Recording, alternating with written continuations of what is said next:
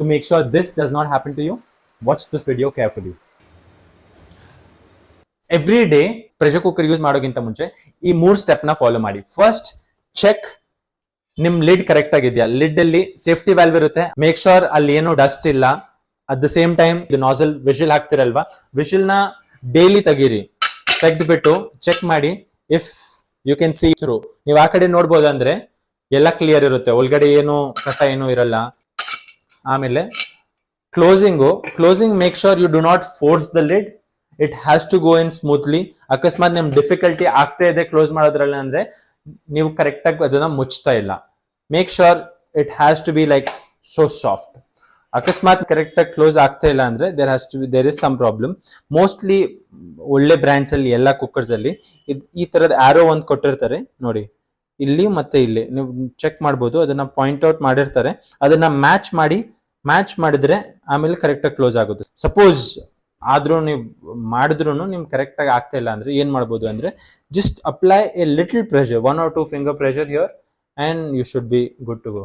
Once you have closed, only after that put the whistle. It will be much easier for you to close. Just to show you that, not just this, I will use ಇದನ್ನ ನೋಡಿ. Same ಇದೇ ತರ, ಇದು Prestige brand ಇದೆ, ಈ ತರ ಯಾರು ಬರುತ್ತೆ ನೋಡಿ.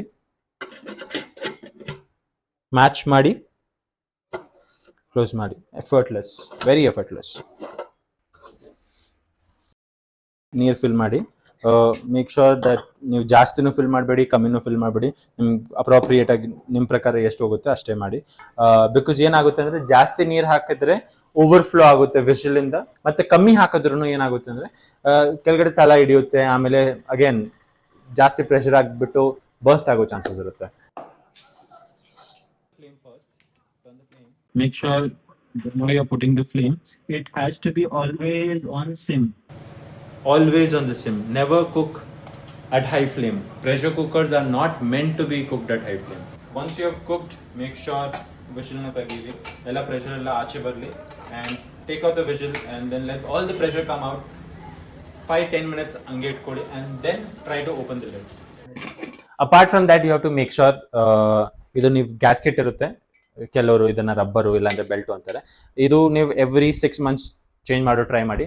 ಅಕಸ್ಮಾತ್ ನಿಮ್ಗೆ ಸ್ವಲ್ಪನೂ ಹಾರ್ಡ್ನೆಸ್ ಅನಿಸ್ತಾ ಇದ್ರೆ ಇಮಿಡಿಯೇಟ್ ಆಗಿ ಹೋಗ್ಬಿಟ್ಟು ಚೇಂಜ್ ಮಾಡಿ.